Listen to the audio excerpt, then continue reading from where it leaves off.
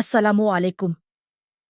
मेरी जिंदगी का एक ऐसा वाकया जिसने मुझे सिखाया कि जब बंदा सिर्फ अल्लाह से उम्मीद लगाता है तो अल्लाह उसके लिए वहां से रास्ते खोल देता है जहां से वो गुमान भी नहीं कर सकता।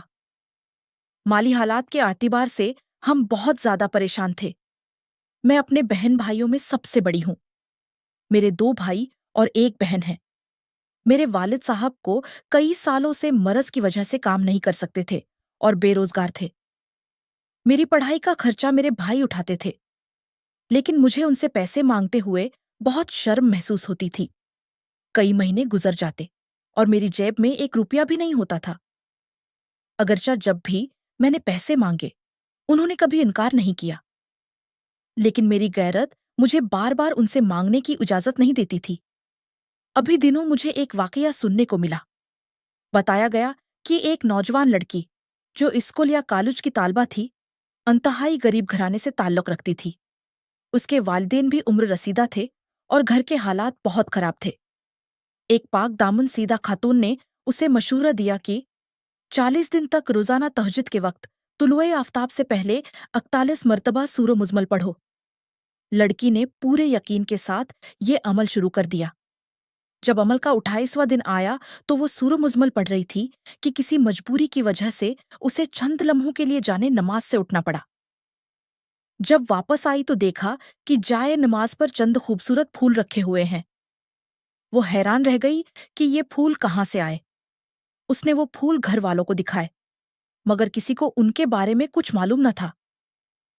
फिर वो उन फूलों को उसी बुजुर्ग सईदा खातून के पास ले गई जिन्होंने उसे ये अमल बताया था। उन्होंने फूल देखकर फरमाया, उन्हें संभाल कर रखो, अब तुम्हारे अच्छे दिन शुरू हो गए हैं। वीडियो में अजी बढ़नी से पहली मेरे चैनल को लाइक एंड सब्सक्राइब करी लड़की ने वो फूल अपने कमरे में रख दिए और अपनी पढ़ाई के लिए चली गई। जब वापस आई तो हैरत से देखा कि कमरे में बहुत सारे पैसे रखे हुए थे। जब उसने वो पैसे उठाए तो उनके नीचे वही फूल मौजूद थे। इस वाकये के बाद अल्लाह ताली ने उस पर ऐसी रहमत फरमाई कि रिज्क के दरवाजे खुलते चले गए। माली मुश्किलात खत्म हो गईं और वक्त के साथ वो मुल्क के नामूर और बासर लोगों में शुमार होने लगी। ये वाकया सुनने के बाद मेरा ईमान भी ताज़ा हो गया। मैंने दिल में अहद किया कि मैं भी सिर्फ अल्लाह ताली से मांगूंगी, क्योंकि असल खजाना तो उसी के पास है। मैंने हमेशा कोशिश की थी कि अल्लाह के सवा किसी के सामने हाथ न फैलाऊं, लेकिन इस वाकये ने मेरे यकीन को मजीद मजबूत कर दिया। मैंने भी उखलास और यकीन के साथ ये अमल शुरू कर दिया। फिर मैंने अपनी आंखों से अल्लाह ताली की रहमत देखी। उसने मेरे लिए ऐसे इसबाब पैदा किए जिनका मैं तसव्वुर भी नहीं कर सकती थी। मेरे घर में बरकत आना शुरू हो गई, माली हालात बेहतर होते गए और अल्लाह ताली ने मेरी जिंदगी में आसानियां पैदा फरमा दें। अल्लाह ताला कुरान पाक में फरमाते हैं, और हम कुरान में वही नाजिल करते हैं जो मोमिनों के लिए शिफा और रहमत है।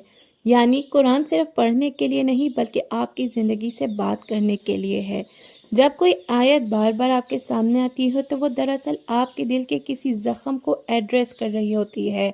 अगर आयत सब्र के बारे में है तो शायद अल्लाह आपको सब्र सिखा रहे हैं। अगर आयत दुआ के बारे में है तो शायद अल्लाह ताला आपको याद दिला रहे हैं कि आपने मांगना छोड़ दिया है। और अगर आयत गुनाहों से तौबा के बारे में है तो शायद ये अल्लाह की तरफ से आखिरी वार्निंग हो। सोचें, इस दुनिया में अरबों लोग हैं, लेकिन वो आयत सिर्फ आपके सामने ही क्यों आई? क्योंकि अल्लाह ताला आपको देख रहे हैं, आपके हालात को जानते हैं और वो आपसे बात करना चाहते हैं। लेकिन हम क्या करते हैं? हम इस आयत को इग्नोर कर देते हैं, कह देते हैं बस एक कोइंसिडेंस था और आगे बढ़ जाते हैं। याद रखें, जब इशारा अल्लाह ताला देता है और जब बंदा उसे इग्नोर करता है तो फिर दिल आहिस्ता आहिस्ता सख्त हो जाता है और एक वक्त आता है जब इंसान को कोई आयत असर ही नहीं करती। अगर आज आपके सामने कोई आयत बार बार आ रही है तो रुक जाएं, उसे पढ़ें, समझें और ख़ुद से पूछें, क्या ये अल्लाह ताला का मेरे लिए पैगाम है? और हो सकता है यही वो लम्हा हो जहाँ से आपकी ज़िंदगी बदल जाए, और शायद यही वो इशारा हो कि अल्लाह ताला आपको अपने करीब बुलाना चाहते हैं। ख़ास तौर पर रात के वक्त जब सब सो रहे होते हैं, ہاں، تہجد کا وقت۔ شاید اللہ تعالیٰ آپ کو اس وقت اس آیت کے ذریعے بلا رہی ہیں کہ میرے پاس آؤ، میں تمہاری سنوں گا۔